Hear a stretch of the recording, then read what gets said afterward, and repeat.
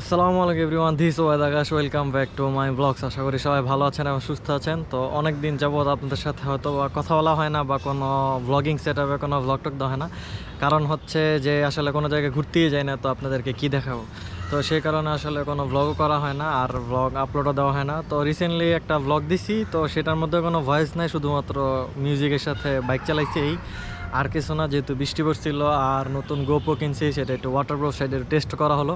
তো এখন আসা যাক কালকের ট্যুরের ব্যাপারে। কালকের ট্যুরটা মূলত ছিল একটা রাইড, ছোটোখাটো রাইড। আমার একমাত্র বান্ধবীকে নিয়ে বেরিয়েছিলাম যে একটা ছোটোখাটো ট্যুর দিয়ে আসি।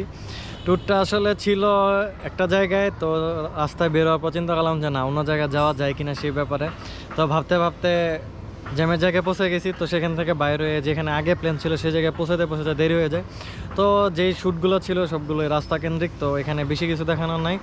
আর পৌঁছাতে প্রায় সন্ধ্যা হয়ে যায়, তো সেখানে বেশি কিছু দেখানোর ছিল না। আর যেহেতু ভয়েস দিতে পারি নাই, সো আশা করি ভিডিওটা আপনাদেরকে ভালো লাগবে। কারণ শুধুমাত্র মিউজিক আপনারা সিনসিনে দেখা আপাতত নিজের মনকে একটু বুঝান যে না, আমি এখনও বেঁচে আছি।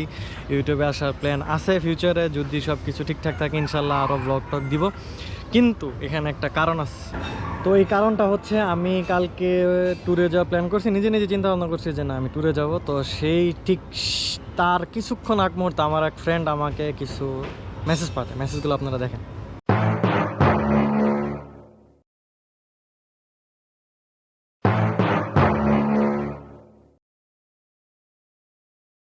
ঠিক এই টাইপের মেসেজ যখন আপনি একটা ট্যুরে বের হওয়ার আগে বা বাইক রাইড করার আগে পাবেন, তখন আপনার মনের মধ্যে কীরকম চিন্তা ভাবনা চিন্তা করেন। অথচ তার কোনো দোষ নাই।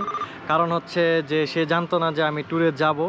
তো তারে বললাম আমি যে না, এই কোনো কাহিনী হয় যে আসলে একটা ট্যুরে যাওয়ার আগে যখন এই ধরনের চিন্তা ভাবনা কারো থেকে পাওয়া যায়। আমি পুরোটা রাস্তা যতক্ষণ বাইকটা চালাইছে, যখনই ট্রাক দেখছি তখনই চিন্তা করছি হায় হায়, এখনই যদি এরকম হয়ে যায়, ওর কথা নিয়ে সত্য হয়ে যায়। তো এই চিন্তা করে পুরো রাইডটা কমপ্লিট করছি। তো আল্লাহর অশেষ রহমতে কিছু হয় না, খুবই ভালোভাবে এবং আল্লাহর অশেষ রহমতে রাইডটা শেষ করে বাসায় আসতে পারছি। আশা করি আপনাদের ভিডিওটা ভালো লাগবে, ভিডিওটা দেখবেন পুরোটা।